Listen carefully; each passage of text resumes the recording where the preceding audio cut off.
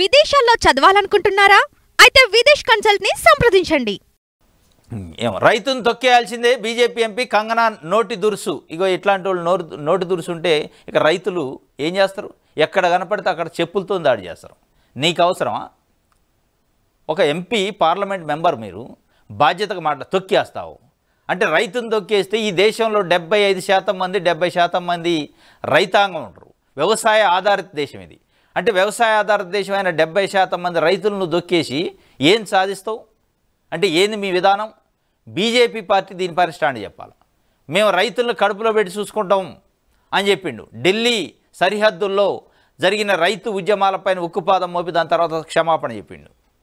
మరి ఇలా మీ ఎంపీ స్వయాన మీ పార్టీ ఎంపీ చెప్పింది రైతులను తొక్కిపడేయాలంటుంది. నువ్వెవరు తొక్కిపడేయటానికి? నిజంగానే రైతులు కన్నేర చేస్తే 70% మంది ఉన్న రైతులు ఇలా కన్నేర చేస్తే మీ బీజేపీ పార్టీని తొక్కిపారేస్తారు, తునకలు చేస్తారు. మీకు అది అర్థం కావట్లే. రైతులు తొక్కేయాల. మండిపడిన రైతు సంఘాలు మోదీ రాజీనామా చేయాలని డిమాండ్. బీజేపీ దిద్దుబాటు చర్యలు. ఏంది దిద్దుబాటు చర్యలు?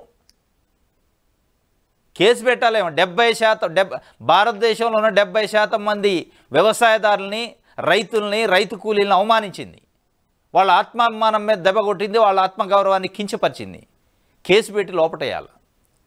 అంత బలుపా? అంత అహంభావా? ఇలా రైతులను తిట్టడం అన్నం పెట్టి దేశానికి అన్నం పెట్టేవాళ్ళు. వాళ్ళు దేశానికి అన్నం పెట్టి అన్నదాతను తిట్టడం అంతకంటే మించిన అవమానం లేదు. భారత మాతను అవమానించినట్టు. ఇలా మీరు పదే పదే బీజేపీ పార్టీ భారతమాత భారతమాత భారతమాత అంటారు కదా. ఆ భారతమాతలో 70% మంది ఉన్న రైతులను కించపరిచింది, అవమానపరిచింది, ఆత్మగౌరవాన్ని ఇబ్బంది పెట్టింది. అంటే అది ఒక రకంగా భారతమాతను కించపరిచినట్టే. ఇప్పుడు మీరు పెట్టాలి, దేశద్రోహం కేసు పెట్టాలి ఇట్లాంటి వాళ్ళపైన. ఎందుకు పెట్టరు?